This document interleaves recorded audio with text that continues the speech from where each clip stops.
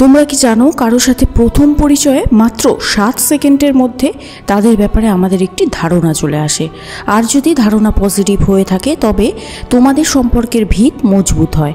আজ আমি তোমাদের এমনই 10টি সাইকোলজিক্যাল টিপস বলবো যেটার দ্বারা সবাই তোমার ফ্যান হবে।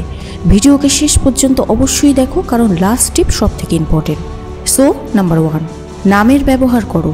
মানুষ নিজেদের নাম শুনতে খুব পছন্দ করে। যখন তুমি তার সাথে কথা বলার সময় তার নামের ব্যবহার করবে, তখন সামনের জনের মনে হবে তুমি তাকে সবার থেকে আলাদা ভাবো, একদম খাস। যেমন কি, রোহিত, আমি তোমার কথার সাথে একদম সহমত।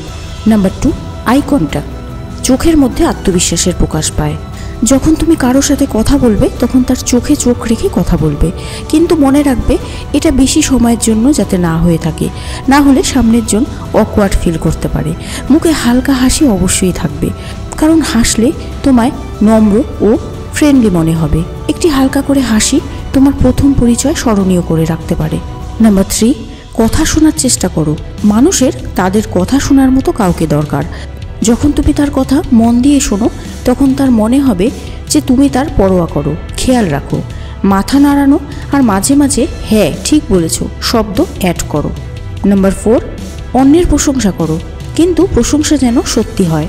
যেমন তোমার ড্রেস খুব সুন্দর বা তোমার প্রেজেন্টেশন খুব প্রভাবিত করার মতো ছিল। এতে সামনের জন দ্রুত তোমার কাছের মানুষ ভাবতে শুরু করে। মিররিং। যদি সামনের জন ধীরে কথা বলে তবে তুমিও তোমার কথা আস্তে বলো। যদি সে হাসমুখ হয় তবে তুমিও হালকা করে হেসে কথা বলতে পারো। মিররিং দিয়ে তোমার ব্যাপারে সামনের জনের মনে হবে তোমরা দুজন একই যোগসূত্রে বাঁধা। নাম্বার 6, সঠিক বডি ল্যাঙ্গুয়েজ। তোমার বডি ল্যাঙ্গুয়েজ আত্মবিশ্বাসে ভরা এবং ওপেন থাকা উচিত। নিজের হাতকে কখনোই ক্রস করবে না, কারণ এটা দূরত্ব ফিল করায়। নাম্বার 7, পার্সোনাল টাচে জড়িত হও। কাউকে সাহায্য করা বা তার ব্যাপারে ব্যক্তিগত প্রশ্ন করা, যেমন তোমার হবি কী বা তোমার দিন কেমন গেল। এটাই সামনের জন ভাবতে লাগবে তুমি সত্যি সত্যি তার জন্য ভাবো। নাম্বার 8, হালকা হিউমার ব্যবহার করো। মানুষ তাদের সাথেই থাকতে পছন্দ করে যারা তাকে হাসাতে পারে। যদি পরিস্থিতি ঠিক থাকে তবে হালকা জোকস অবশ্যই করা যেতে পারে। নাম্বার 9, গ্রেটফুল হও। কারো সাহায্যের জন্য ধন্যবাদ বলা বা কারো সাথে সময় কাটালে তাকে ধন্যবাদ ব্যক্ত করা সম্পর্কের ভিতকে মজবুত বানায়।